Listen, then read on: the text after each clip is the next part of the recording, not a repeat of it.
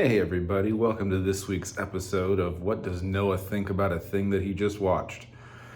This week's edition, for argument's sake, with Daniel H. Cohen. He's a professional arguer in that he is a philosopher and an academic, so arguing is what this guy does. And he's got three models: argument as war, argument as proof, and argument as performance, right? And you know, he goes through and he talks about them. Argument as war, it's what we all know, right? It's the us versus, it's the you versus me. It's the us versus them. It's the arguments that we have, right? And then there's argument as proof. That's like mathematical proofs. I don't think I've ever argued in that fashion. In fact, back in high school, I actively avoided it. Geometry was the worst. I don't know if anybody agrees with me, but I mean, seriously, proofs? A triangle's a triangle because it has three sides. I don't need to prove that it's a triangle. You guys are ridiculous. Anyhow, I digress.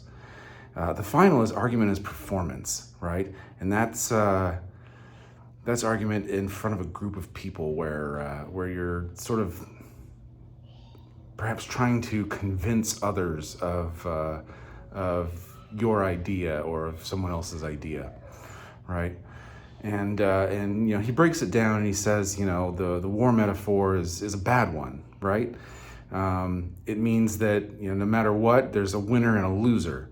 And the winner is the person who, you know, convinces the other person that they're wrong, right?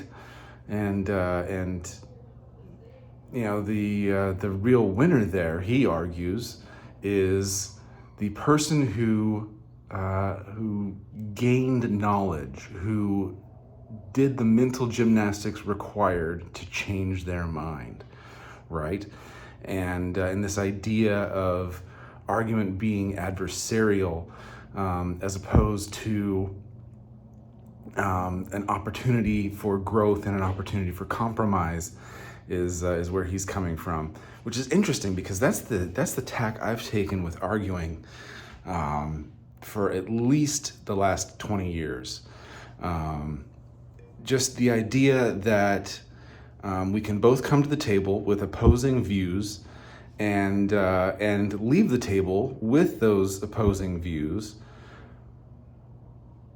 no one having won or lost, but having a good conversation, right? Good conversations are hard to have anymore because everybody's too into the adversarial model where they just want to yell over each other. And I think we can all agree that the world isn't getting any better with that as our primary argument to have paradigm, I guess. That's the word he used, the war paradigm or model for thinking about arguments. It just it isn't serving us well. So I'm on the side of agreement with philosopher Daniel H. Cohen in saying that we need to argue with the intent of learning, right? Argue with an open mind and argue with the intent of learning, and perhaps compromise, and see where that gets you. I've been pleasantly surprised over the years by how much I've learned from other people just being willing to listen to their ideas. And I'm at the 4-minute mark. That's my longest video yet. I'll catch you guys later.